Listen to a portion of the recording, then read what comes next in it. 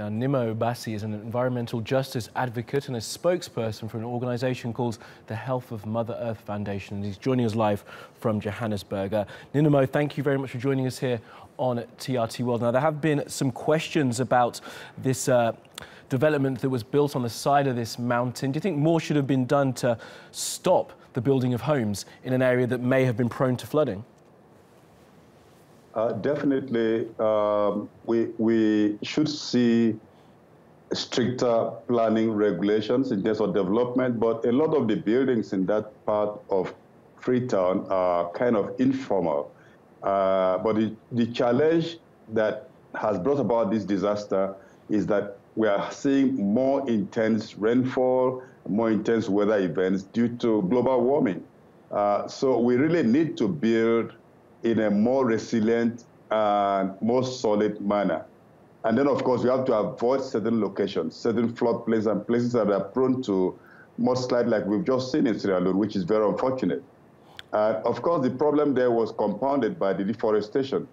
That mountain was once a kind of forest, and it should be a beautiful place to return to that state of having a controlled development and then reforesting the area to avoid future reoccurrence of this kind of disaster. Are you satisfied? Do you think that the government of Sierra Leone will learn the lessons of this and perhaps heed what you're saying about deforestation? But on the point of these informal developments, surely people in cities like Freetown need somewhere to live, and this often happens that these kind of shanty towns spring up on the side of wherever there's space to build. Yes, these are very complex issues. First of all, it should be the duty of government to kind of formalize the informal settlements by providing social services, providing drainages, roads and proper access. Where you don't have controlled drains, things are going to get out of hand. And unfortunately, it's not just in Freetown, it happens in many other cities. People really have to live wherever they can find space to live, because these are the workforce, the people who provide the labor in the city, who keep things moving. So they're required to be supported.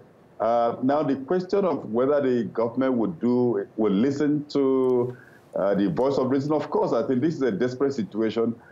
This is a moment for the need to do the right thing should be driven in very loudly.